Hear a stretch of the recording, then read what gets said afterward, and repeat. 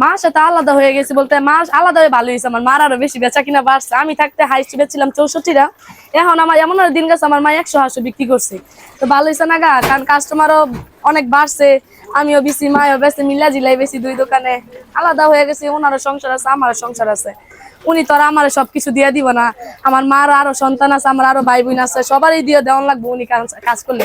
আর আমি এতটা পরিশ্রম করি, এতটা পরিশ্রমের পর যদি আমি সমান সমান পাই তাহলে কেমনে? কারণ আমার দিক দিয়ে যদি আমার একটা মেয়ে আছে, আমারও তো কিছু একটা করা লাগে। সংসার তো সবারই আছে ভাই, সংসার হয়ে গেলে তো আর বাপ মা আজকে আছে কালকে নাও থাকতে পারে। ভাই বোন তো আর বাঘ ছেড়ে দিত না গায়ে, যে বোন আমার বেশি পরিশ্রম করছে বোনের বেশি দেয়, যে ভাই বোন আর কেউ বাঘ ছেড়ে দিত না। ভাই বোনের বাঘ ভাই বোনের নিবই।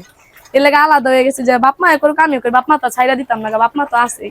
এটা ওই যদি মিথ্যা কথা বলে আমার তো আর কিচ্ছু করার নেই। ওই তো আমার মেয়ে, ওই তো আমার মেয়ে। ওই যদি ওর দিকে চায়, ওর স্বার্থকের দিকে চায়, ওই মিথ্যা কথা বলে, আমার তো কিছু করার নাই। আমি মিথ্যা কথা কম কম কম দুঃখে। ওই তো আমার মেয়ে।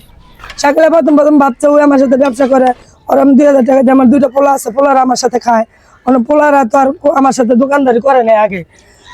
বাসায় থাকতো, ডেলি 500-1000 টাকা নিয়ে খরচ করতো।